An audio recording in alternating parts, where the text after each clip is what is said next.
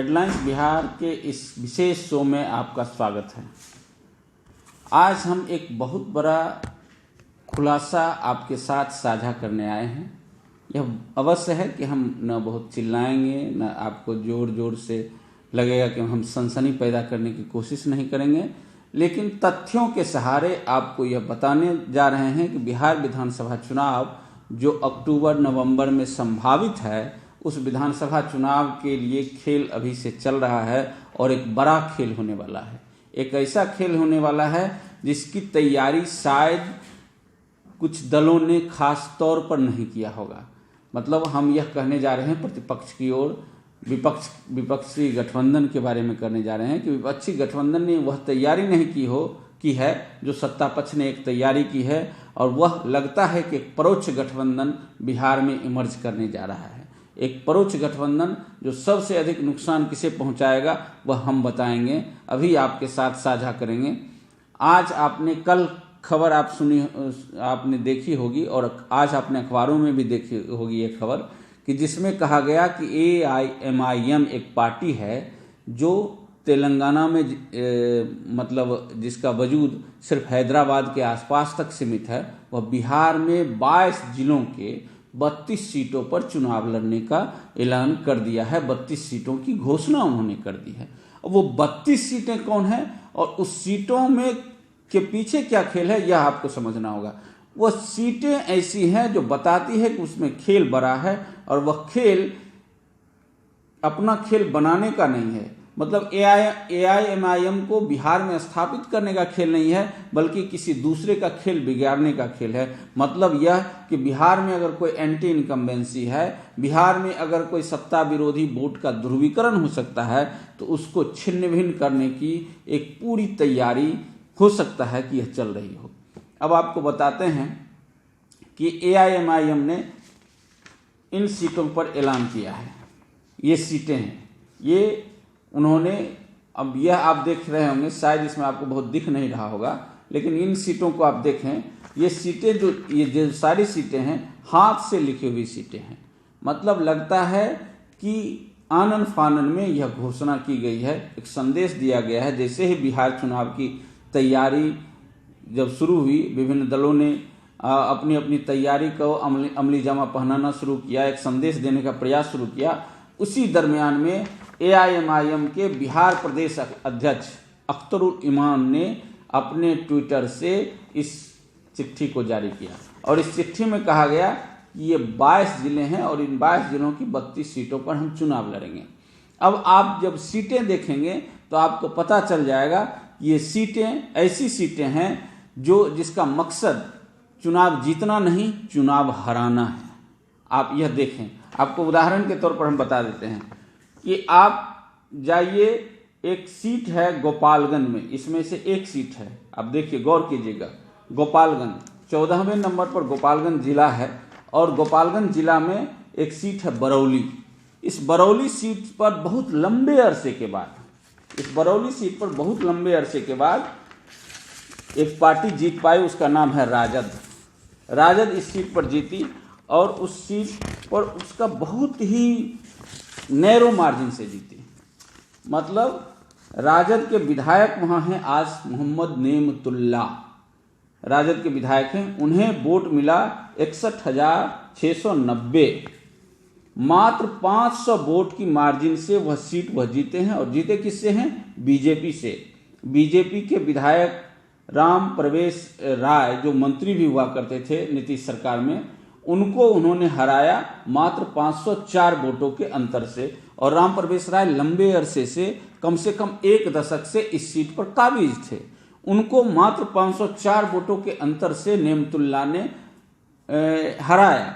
आज मोहम्मद नेमतुल्ला के सामने एक संकट खड़ा हो गया है कि AIMIM अगर उस सीट पर उम्मीदवारी देती है तो क्या आपको लगता है कि मोहम्मद नेमतुल्ला फिर से विधानसभा का मुंह देख पाएंगे?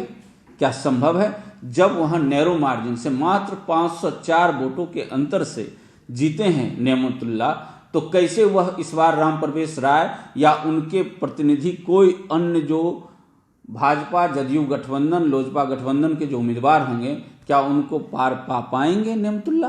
तो यह एक दर्शन है। कि जिस सीट पर एक अल्पसंख्यक समुदाय का राजद का उम्मीदवार विधायक है उसको नुकसान पहुंचाने की साजिश कौन कर रहा है? एआईएमआईएम। अब आप कहेंगे कि आप ऐसा आरोप क्यों लगा रहे हैं, आप ऐसा क्यों, आपके इस पूरे विश्लेषण से ऐसा क्यों प्रतीत हो रहा है कि एआईएमआईएम को चुनाव लड़ने का अधिकार नहीं है? क्या एआईएमआईएम के को यह हक नहीं है कि वह अपनी बिहार में चुनाव लड़ सके? यह उसका लोकतांत्रिक अधिकार है। निश्चित रूप से एआईएमआईएम को पूरा लोकतांत्रिक अधिकार है कि बिहार की 243 सीटों पर वह चुनाव लड़े, उसको पूरा हक है।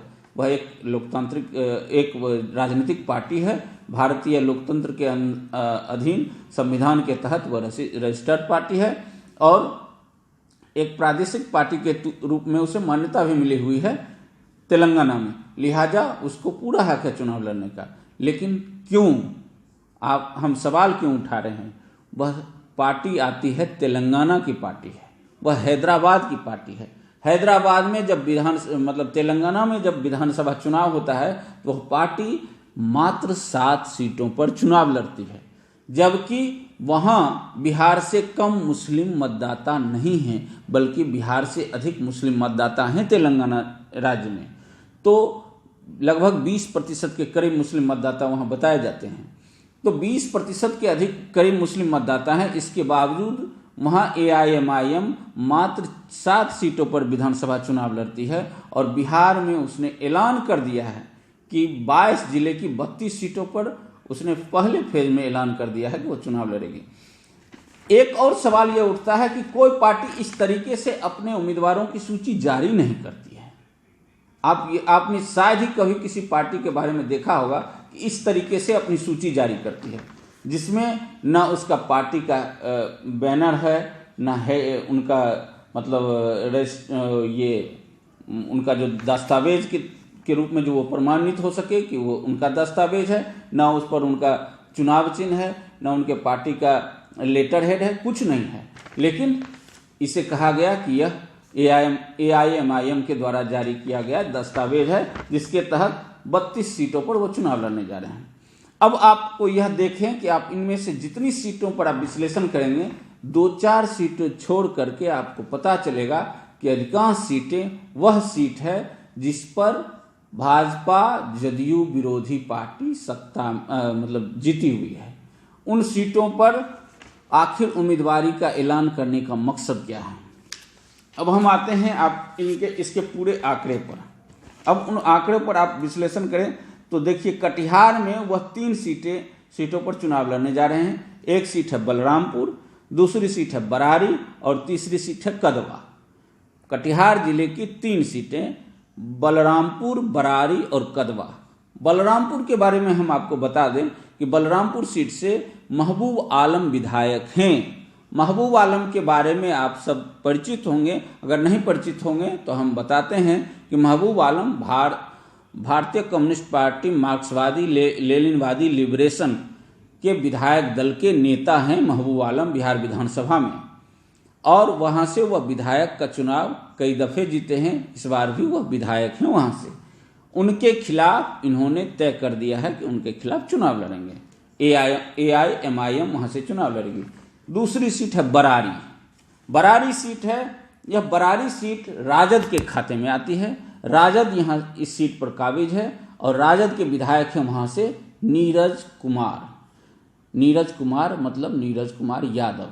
नीरज कुमार यादव वहां से विधायक हैं और बहुत अरसे के बाद यह सीट भाजपा के खाते से राजद के खेमे में आई थी और नीरज कुमार यादव वहां से विधायक हैं और वहां से भी एआईएमआईएम चुनाव लड़ेगी। अब तीसरी सीट जो और भी रोचक है वह सीट है कदवा। इस सीट को देख करके, इस सीट के बारे में सुन करके शायद आपको अंदाजा नहीं होगा, लेकिन हम इस पर रोशनी ज़्यादा डालना चाहेंगे। कदवा सीट है, वह कांग्रेस के विधायक वहां से हैं। नाम है उनका डॉक्टर शकील अहमद खान। डॉक्टर शकील अहमद खान कौन हैं? उनके बारे में आपको बता दें कि वह कांग्रेस के राष्ट्रीय सचिव हैं और पिछले दिनों आपने जो देखा होगा कि जो कन्हैया कुमार की यात्रा निकली हुई थी पूरे बिहार में, उस यात्रा के मूल रूप से संयोजन का काम शकील अहमद खान कर रहे थे और उस शकील अहमद खान की सीट पर AIMIM चुनाव लड़ेगी। अब थोड़ा सा इन तीनों सीटों के आंकड़े पर हम रोशनी डालना चाहेंगे। ये सीटें हैं बलरामपुर में महबूब आलम अभी विधायक हैं। महबूब आलम CPI-ML से पिछली बार जब चुनाव जीते थे तो उन्हें 62,513 वोट मिला था और उनके खिलाफ उम्मीदवार थे बीजेपी के वरुण कुमार झा, उन्हें 42,000 वोट मिला था। JDU के दुलाल चंद गोस्वामी भी चुनाव लड़े थे, उन्हें 40,000 वोट मिला था। आप अगर इस आंकड़े को इस रूप में देखें कि वरुण कुमार झा और दुलाल चंद गोस्वामी का वोट इस बार तो एक साथ होगा क्योंकि बीजेपी और JDU का गठबंधन होगा, तो स्वाभाविक रूप से यह आंकड़ा महबूब आलम का जो आंकड़ा है उस पर भारी पड़ेगा। और उस परिस्थिति में आप सिर्फ इतना सोचें कि अगर एक और वोटों का दावेदार खड़ा हो जाए, तथाकथित सेकुलर वोटों का, जो AIMIM अपनी दावेदारी पेश करेगी, अगर वह थोड़ा भी वोट काटती है तो उसका परिणाम क्या होगा, महबूब आलम क्या विधानसभा का मुंह देख पाएंगे, आप समझ सकते हैं। दूसरी सीट बरारी सीट पर विभास चंद्र यादव बीजेपी के बहुत कई बार विधायक रहे थे। पिछली बार उन्हें मात मिली थी और उन्हें मात मिली थी राजद के नीरज यादव से।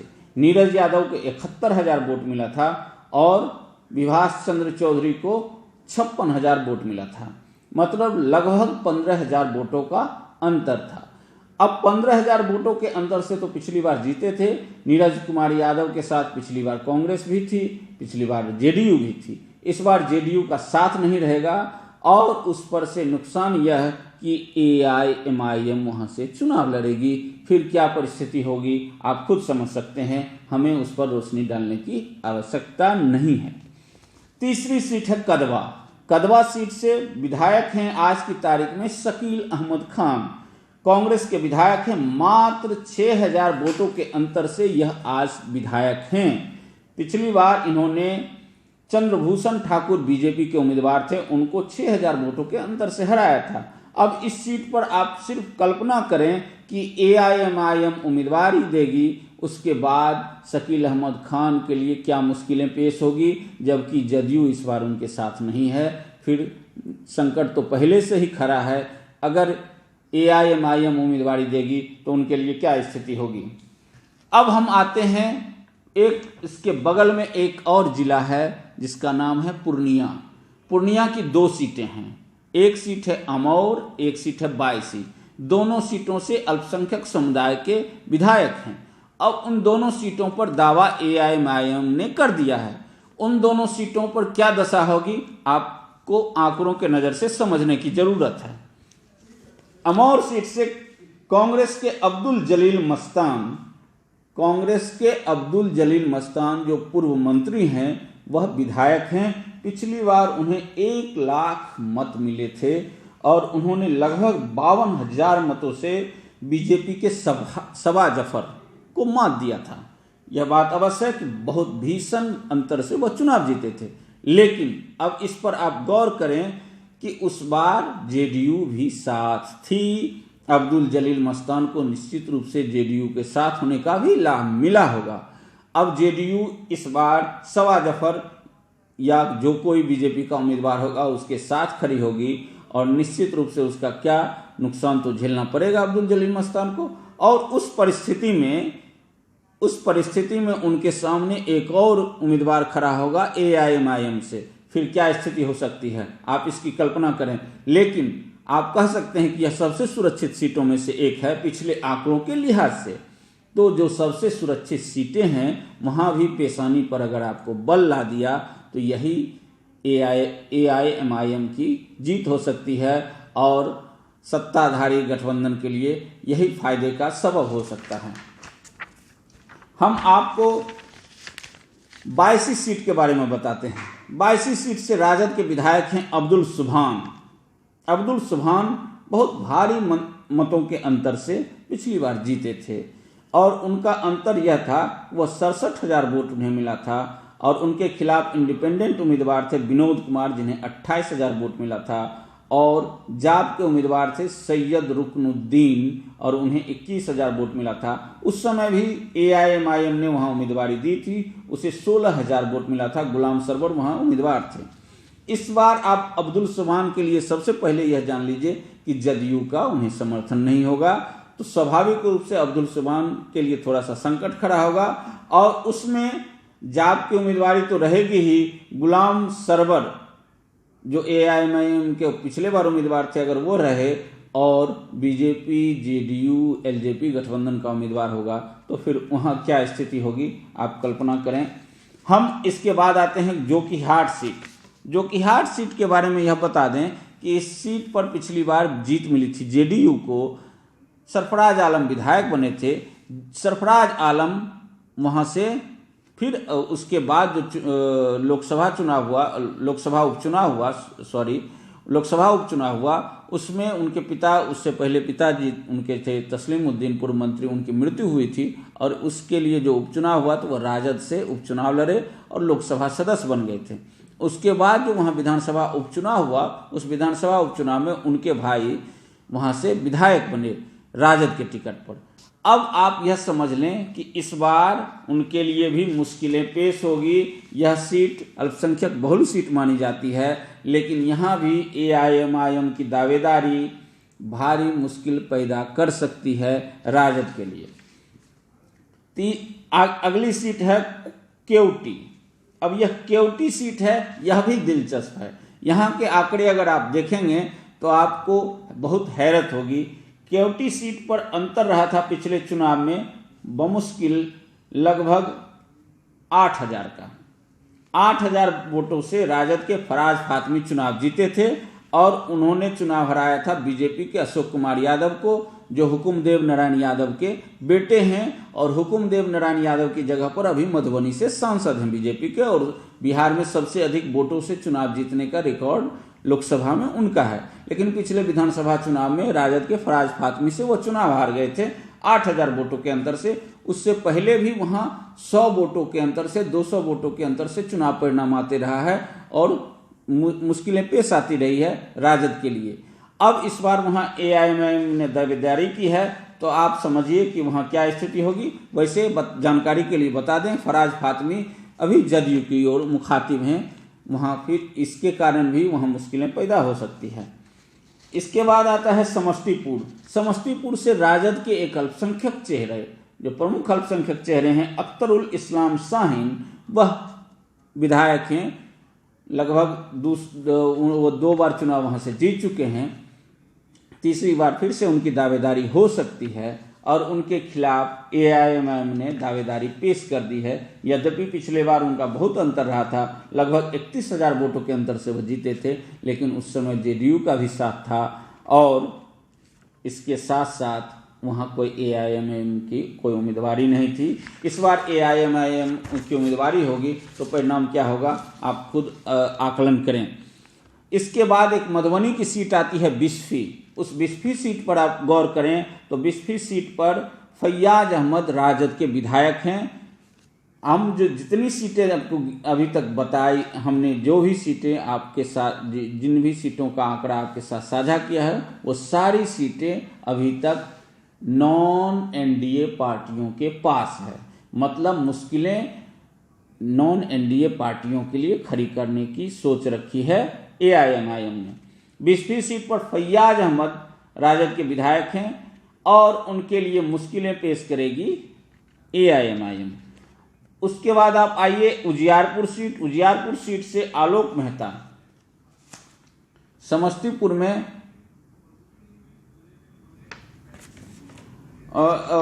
समस्तीपुर से हम आगे निकलते हैं, आते हैं यहाँ, ये है मुजफ्फरपुर की बोचहा सीट। बोचहा सीट पर अभी बेबी कुमारी इंडिपेंडेंट विधायक हैं और उनके खिलाफ तय कर लिया है। मतलब DM जो समीकरण की बात करती है AIMIM कि दलित मुस्लिम समीकरण बनाने की, तो यह एक कोशिश है कि आरक्षित सीटें जो दूसरे दलों के खाते में है उनको भी छीना जाए और जिससे DM समीकरण बनाया जाए, दलित मुस्लिम का समीकरण। तो अभी वहाँ बेबी कुमारी काबिज हैं। बेबी कुमारी के खिलाफ, या यूं कहें कि उस सीट पर दावेदारी AIMIM ने पेश की है। इसके अलावा मुजफ्फरपुर में तीसरी सीट है आपको साहेबगंज सीट से राजद के राम विचार राय कद्दावर नेता वहाँ से विधायक हैं और उन्होंने बीजेपी के राजू कुमार सिंह राजू को हराया था। इस बार उनके लिए राजू कुमार सिंह की बाँछें खिल सकती है, क्योंकि इस बार उनको जेडीयू का ही साथ मिलेगा और उनके सामने एक मुफीद स्थिति यह होगी कि एआईएमआईएम भी वहाँ उम्मीदवारी पेश करेगी। साहेबगंज के बाद एक सबसे प्रमुख सीट की ओर हम इशारा करने जा रहे हैं, वह सीट है वैशाली जिले की बोचहा सीट, वैशाली जिले की महुआ सीट। और उस सीट पर कौन विधायक हैं यह आप सब जानते हैं, वह सीट है तेज प्रताप यादव की। और तेज प्रताप यादव ने पिछली बार लगभग 28,000 वोटों के अंतर से उस सीट पर अपना कब्जा जमाया था और उन्हें 66,000 वोट मिले थे।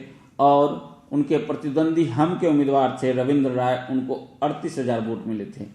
इस बार वहाँ के मुस्लिम मतदाताओं के सामने एक संकट खड़ा होगा। जब एआईएमआईएम की उम्मीदवारी सामने से होगी तो निश्चित रूप से तेज प्रताप यादव भी कुछ सोच सकते हैं अपने लिए कि आगे वह क्या करें। इसके बाद हम आपको लिए चलते हैं पश्चिमी चंपारण की सीट। पश्चिमी चंपारण की सीट है बेतिया सीट पर अभी विधायक हैं कांग्रेस के मदन मोहन तिवारी बड़ी मुश्किल से 2,000 वोटों से चुनाव जीते थे और उन्होंने बीजेपी की राष्ट्रीय सचिव और पूर्व मंत्री रेणु देवी को हराया था, जो कि वहां से 4 बार से विधायक थी। रेणु देवी को बमुश्किल 2,000 से हरा पाए थे, वह भी तब जबकि उन्हें राजद और जदयू का समर्थन प्राप्त था। अब समझ लें कि इस बार तो उन्हें जदयू का समर्थन नहीं मिलेगा और एआईएमआईएम उनकी मुश्किलें बढ़ा सकती है। स्वाभाविक है, यह सीट बीजेपी की परंपरागत सीट मानी जा रही थी, तो इस बार तो बीजेपी की बाँछें वहाँ खिल सकती है। आगे हम आपको ले चलते हैं रामनगर, इसी जिले की रामनगर सीट पर। यहाँ भागीरथी देवी अभी विधायक हैं और पूर्णमासी राम वहाँ से कांग्रेस के उनके खिलाफ चुनाव लड़ते थे, तो इस बार भी उनके लिए मुश्किलें पेश आएगी। संभव है कि उन्हें नुकसान झेलना पड़े एआईएमआईएम की वजह से। इसके बाद आप चलें पूर्वी चंपारण की ढाका सीट पर। पूर्वी चंपारण की ढाका सीट पर अभी विधायक हैं फैसल रहमान, जो राजद के विधायक हैं। वहाँ से बहुत दिग्गज विधायक हुआ करते थे अवनीश कुमार सिंह। जब उन्होंने अपना दूसरी सीट की ओर जब प्रस्थान कर लिया, जब डिलिमिटेशन हुआ 2008 में, तो उन्होंने ढाका सीट छोड़ करके चिरैया सीट की ओर प्रस्थान कर लिया था। तो इस सीट पर फैसल रहमान ने कब्जा जमाया। 2015 के विधानसभा चुनाव में उनका मुकाबला होता है वहाँ पवन कुमार जायसवाल से, और पवन कुमार जायसवाल को उन्होंने लगभग 19,000 मतों के अंतर से हराया था। लेकिन इस बार उन्हें यहाँ भी मुश्किलें पेश आ सकती है एआईएमआईएम की वजह से। अब इसके बाद एक और सीट है नरकटियागंज। यह सीट है पूर्वी चंपारण जिले की और इस सीट पर भी राजद ही काबिज है और वहाँ से विधायक हैं समीम अहमद। स्वाभाविक है, समीम अहमद के लिए मुश्किलें पेश आ सकती है जब एआईएमआईएम वहाँ उम्मीदवारी देगी। अब आइए सीतामढ़ी जिले की परिहार सीट पर विधायक हैं गायत्री देवी, और गायत्री देवी के सामने वहाँ चुनाव लड़ते थे रामचंद्र पूर्वे। पिछली बार बमुश्किल 4,000 मतों के अंतर से रामचंद्र पूर्वे हार गए थे। अगर वहाँ एआईएमआईएम इस बार लड़ेगी तो क्या रामचंद्र पूर्वे हों या कोई दूसरे उम्मीदवार, क्या उनके लिए राह आसान होगी, आप खुद समझें। बाजपट्टी सीट है एक और वहाँ। इस बाजपट्टी सीट के बारे में भी कहा जाता है कि वहाँ रंजू गीता, जो अभी जेडीयू की विधायक हैं, उनके लिए मुश्किलें पेश हो सकती थी। वहाँ संभावनाएं दूसरे के लिए भी बन सकती थी, लेकिन एआईएमआईएम के आने के बाद तो शायद संभव नहीं है। अब हम आते हैं पटना जिले की एक सीट है फुलवारी सीट से अभी विधायक हैं बिहार सरकार के उद्योग मंत्री श्याम रजक को 2010 से पहले एक बार उपचुनाव में बहुत मुश्किल पेश आई थी, उस बार वह चुनाव हार गए थे।